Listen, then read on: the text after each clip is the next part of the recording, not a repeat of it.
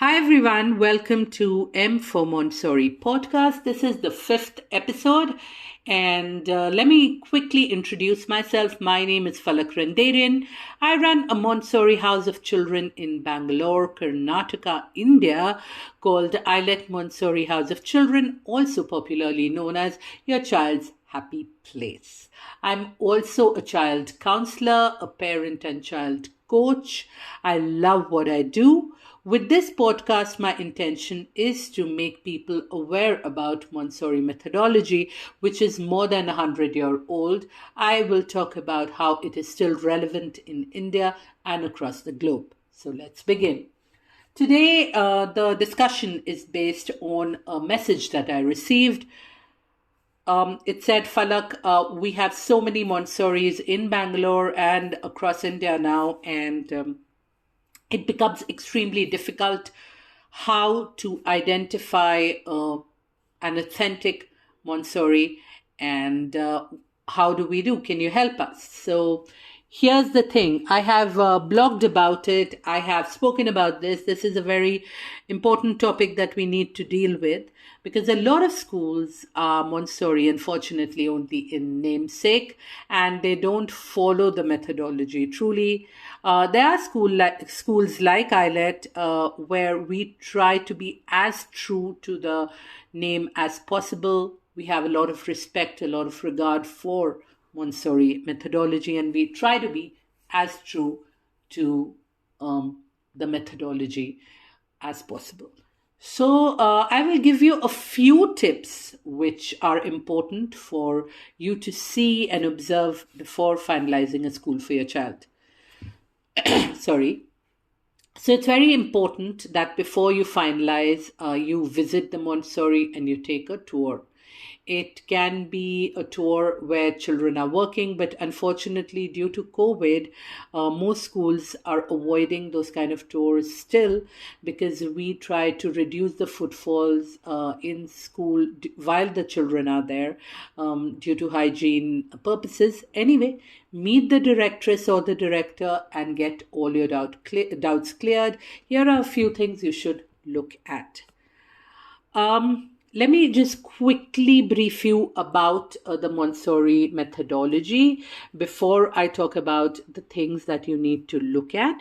Montessori methodology is extremely child-centered, so the schools are very child-led, and there are more than 30,000 schools across 110 countries globally.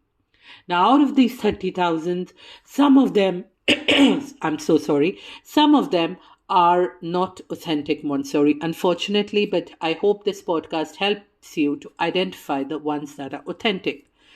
It's extremely important that we choose authentic Montessori when we are deciding to put our child in a Montessori house of children because the child will gain a lot. And I'm not just talking academically, only when they are in an environment which is authentically Montessori. There are a few things which you need to clarify with the directress and look around before you finalize the school that you choose for your child. And first thing is, when you visit a Montessori, it's very important to understand that it is a mixed age group environment. So if you see children split based on age, if you hear the mention of LKG, UKG, pre-KG, nursery, please run away. We don't segregate our children on this basis. Our classes are multi-age group, so you will see mixed age environments. They provide space that's similar to our society, where children of different ages, close to each other, develop bonds and they become a community. Mixed age group provide older children an opportunity to become leaders, to be mentors, to be carers and nurturers, and younger children, they are peers who look up to older children as role models. And when eventually they become the older child, they take up the role of a mentor. So it's a beautiful community setup where even the teachers are a part of the community. Another thing is hands-on material. Children learn best when they learn through hands-on material, through discovery, through exploration, through observation. Hands-on material allow the child to discover the answers themselves. I talked about control of error in my previous podcast briefly, and that is one of the main elements in a Montessori material which is developed, which helps the child understand where he or she is creating a mistake, if he or she is, and then learning from those mistakes. I'm so sorry, I have a bad throat, but I'll continue. So, when a piece of material is left and is not done properly, the child realizes that the material is, there's some mistake that he or she has done, and without the help of the teacher, they correct themselves. How beautiful is that? So, mistakes are seen as learning opportunities where the child can self correct rather than have someone scold the child or belittle him or her and then correct the child. Materials are usually appropriate for the child to handle. They are not toys, they are real materials, but they are not extremely heavy that the child will not be able to handle it. They are accessible to the child, so you'll not see many locked cupboards or anything. The materials offered to the children should be real and child size.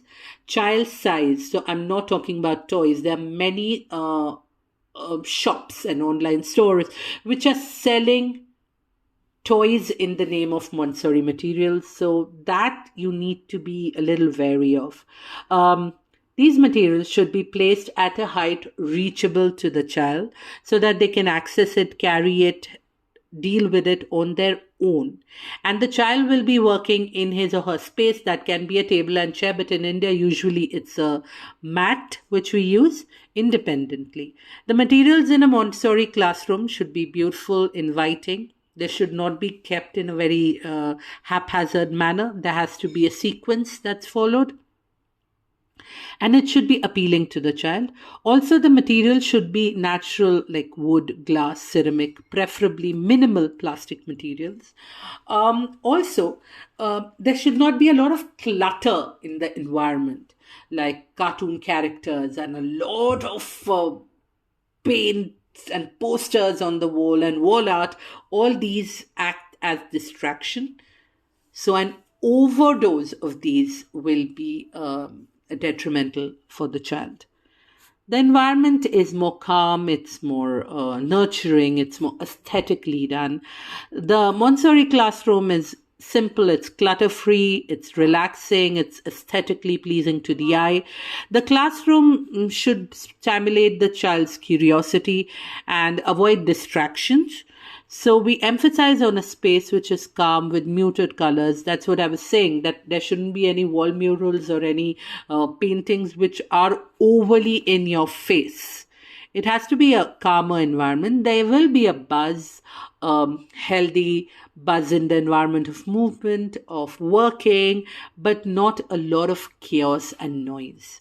Do not distract them with bright and huge colors and decorations. That's what I mentioned in my previous point as well. So children usually, obviously there will be some children who will be not normalized yet, and they will be not settled yet as well, and they might be crying, but that is natural.